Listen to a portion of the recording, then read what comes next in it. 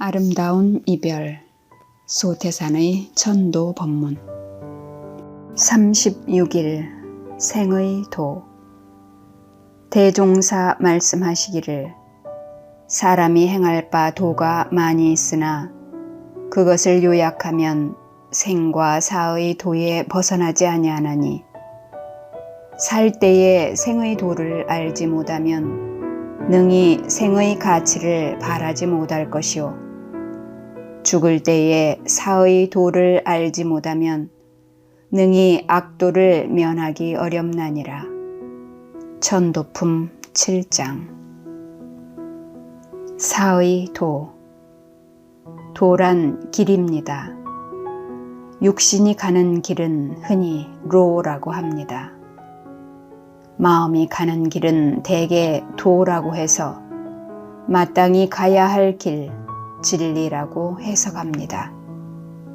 지상의 길은 수없이 많지만 진리의 길은 하나입니다. 소태산 대종사님의 가르침을 자세히 새겨보면 산 사람에게나 열반인에게나 같은 이치를 반복해서 가르쳐주고 계십니다. 산자가 가야 할 길과 열반인이 가야 할 길이 다르지 않고 하나라고 보시기 때문입니다. 길을 잘못 들면 멀리 돌아갈 수 있고 길을 벗어나면 가시덤불에 빠질 수도 있습니다. 길을 깨치면 편안하고 불안하지 않습니다. 천갈래 만갈래 길을 걱정하지 않습니다. 길의 끝에 무엇이 있는지도 압니다. 그래서 길을 의심치 않습니다. 소태산 부처님은 길을 안내해 주십니다. 사람으로서 마땅히 해야 할 공부길과 마땅히 가야 할 인생길을 알려주십니다. 마음 공부하면 인생길이 밝게 나타나죠. 우리는 부처님이 알려주신 길을 즐겁게 잘 가면 됩니다. 37일 천도되는 이치 김대거 여쭙기를 오늘 2살 된 어린아이의 49일 천도제를 지냈사온데 어른도 모든 의식을 다 이해하여 천도받기가 어려운 것이오늘 그 어린 영이 어떻게 알아듣고 천도를 받사오리까. 대종사 말씀하시기를 영혼에는 어른과 아이의 구별이 없나니 천도되는 이치가 마치 식물에 걸음하는 것 같으며 지남철 있는 곳에 무쇠가 따라붙는 것 같나니 일체 동물은 허공계의 영근을 받고 살므로 허공법계를 통하여 진리로 재를 올리는 것이 그대로 영근의 걸음이 되어 효과를 내나니라. 천도품 32장 영혼의 뿌리에 걸음하기 식물은 땅에 뿌리를 받고 삽니다. 그래서 걸음을 땅에 줍니다. 동물은 어디에 뿌리를 두고 살까요? 언뜻 대답하기 딱한 물음에 소태산 대종사님은 말씀하십니다. 일체 동물은 허공에 영근을 받고 산다고. 뿌리가 허공에 있으니 그 걸음 또한 허공이 하는 것이 마땅하다고. 보이지 않는 허공법계를 향해 올리는 천도제의 정성은 곧 허공에 하는 종교적 걸음인 것입니다. 마치 자석에 쇠가 달라붙듯이 천도제의 힘이 영향을 미친다고 하십니다. 우리의 간절한 마음은 자석의 힘이 될 것입니다. 38일 착심에 끌리어 대종사 말씀하시기를 사람이 평소에 착없는 공부를 많이 익히고 닦을지니 재색 명리와 처자와 권속이며 의식주 등의 착심이 많은 사람은 그것이 자기 앞에서 없어지면 그 괴로움과 근심이 보통에 비하여 훨씬 더할 것이라. 곧 현실의 지옥 생활이며 죽어갈 때에도 또한 그 착심에 끌리어 자유를 얻지 못하고 죄업의 바다에 빠지게 되나니 어찌 조심할 바 아니리요. 전도품 19장. 죄업의 바다에 빠진다. 사랑과 정, 아름다운 것입니다. 하지만 집착이 되면 애착심이 되고 맙니다. 정당한 재물, 지위, 명예도 필요합니다. 그러나 집착하게 되면 탐착심이 됩니다. 살다 보면 섭섭할 수도 있고 미울 수도 있습니다. 하지만 그 도가 지나쳐서 집착하게 되면 원착심이 됩니다. 우리를 고통으로 끌고 가는 세 가지 착심입니다. 평소부터 마음의 공한 원리를 깨달아 마음 공부를 해야 착심에서 벗어날 수 있습니다. 열반인도 마찬가지입니다. 착심을 비우고 녹여야 마음의 자유를 얻을 수 있고 영혼이 악도에 빠지지 않습니다. 착심, 부질없고 허망한 것입니다. 마음의 상처만 남기고 우리 삶에 고통만 남길 뿐입니다. 깊게 보면 실체도 없는 것이 우리 삶을 좌우합니다. 거기에 끌려다니면 노예와 같은 삶이 되고 맙니다. 죄업의 바다에서 헤어나오려면, 마음의 자유를 얻으려면 반드시 뿌리쳐야 하고 비우고 녹여버려야 하는 것, 바로 착심입니다. 마음 그릇에서 착심을 비워내야 자유와 복락이 담길 수 있습니다. 39일. 자기 스스로 하는 천도. 또 여쭙기를 사람이 죽은 후에만 천도를 받나이까? 대종사 말씀하시기를 천도에는 생사가 다름이 없으므로 죽은 후에 다른 사람이 하는 것보다 생전에 자기 스스로 하는 것이 더욱 효과가 있으리라. 그러므로 평소에 자기 마음을 밝고 조촐하고 바르게 길들여 육신이 육진 가운데 출입하되 물들고 섞이지 아니할 정도에 이르면 남을 천도하는 데에도 큰 능력이 있을 뿐 아니라 자기 생전에 자기의 천도를 마쳤다 할 것이나 이러한 사람은 그리 흔하지 아니하나니 그러므로 3세의 수도인들이 모두 바쁘게 수도하였나니라. 전도품 38장. 바쁘게 수도하라. 생과 사를 둘로 보지 않기에 천도도 생전과 사후가 같다고 하십니다. 마음을 밝고 조촐하고 바르게 길들여야 합니다. 눈, 귀, 코, 혀, 몸, 마음으로 보고 듣고 냄새 맡고 맛보고 하더라도 욕심에 물들고 분별심에 섞이지 않는 정도는 되어야 천도를 안심할 수 있다고 가르쳐 주십니다. 티끌 세상에 살면서도 티끌에 묻지 않는 삶을 살라는 말씀이죠. 견물생심이란 말처럼 근묵자흑이란 말처럼 경계 따라 욕심에 물들기 쉬운 것이 우리 마음입니다. 욕심 경계 속에서도 물들지 않는 마음의 능력을 갖기란 쉽지 않습니다. 그래서 오히려 명료합니다. 마음 공부에 정성을 다해야겠습니다. 바쁘게 수도해야겠습니다. 41일. 일념 청정, 수겁 자멸.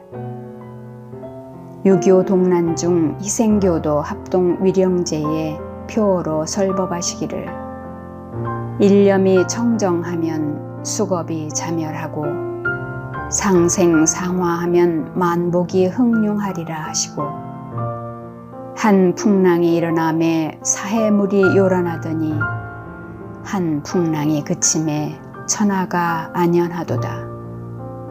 우리 마음도 또한 이와 같아서 한 생각이 요란함에 모든 업이 뒤를 따르더니 한 생각이 안연함에 천하만방이 장차 부처님 세계로 화하여 일체 종생이 다 함께 부처님 세계에서 즐기리로다. 모든 영가여 원망도 없고 시비도 없는 부처님의 참다운 세계를 알아 길이길이 참다운 극락을 수용할지어다. 생사편 18장. 상생상화 만복 흥룡. 모든 업은 마음이 짓습니다. 한 마음이 요란하면 요란한 업이 뒤따릅니다. 한 마음이 어리석으면 어리석은 업이 뒤따릅니다. 한 마음이 그르면 그른 업이 뒤따릅니다. 바람이 불면 파도가 치고 바람이 그치면 파도가 잠자는 것과 다르지 않습니다. 천만 경계가 사나워도 한 마음 잘 챙기면 극락으로 변합니다. 천만 가지 경계는 천만 가지 은혜로 변합니다. 한 마음을 챙기지 못하면 천만 경계는 더욱 사나워지고 지옥으로 변합니다. 한 마음 씀씀이에 따라 지옥과 극락이 갈립니다. 마음 공부하는 이유입니다. 한 마음 일어나기 전엔 요란함도 어리석음도 그름도 없습니다. 원망도 없고 시비도 없습니다. 부처님의 참다운 세계를 찾아 거기에서 즐겁게 논입시다. 41일 한없는 세상을 드나들 적에 박재봉 부보를 장수에서 들으시고 영가에게 고하시기를 제산동지 영가시여 성품의 본래 자리에는 와도 왔다 할 것이 없고 가도 갔다 할 것이 없으며 그에 따라 따로이 슬퍼할 것도 없고 기뻐할 것도 없으나 현실 나타난 것으로 볼 때에는 또한 옴에 온 것이 분명하고 감에 간 것이 분명하여 이에 따라 만남에 반갑고 갈림에 섭섭한 정이 또한 없지 아니한지라. 멀리 부보를 듣고 석별의 정을 금할 수 없는 동시에 가서 애도의 정을 다 펴지 못함을 섭섭히 여기는 바입니다.